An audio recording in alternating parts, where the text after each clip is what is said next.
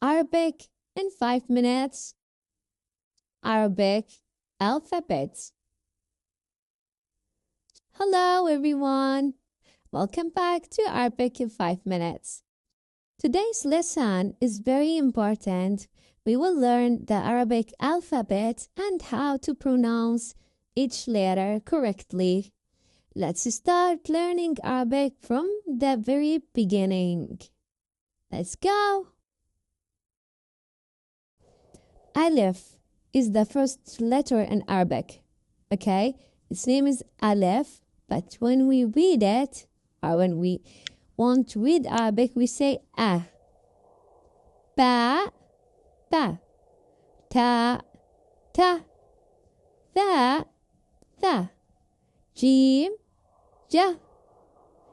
Yes. Just do it just one more time and you will do it perfect. Ha, ha. Kha, kha. Dal, da, dal, da. Ra, ra. Zay, za. Sin, sa, shin, sha. Sad, sa. Dad, da. Sad and dad. You have to put your tongue in the bow of your mouth up to see it correctly. Ba, ba, ba, ba. Ain, ha, zain, za, fa, fa.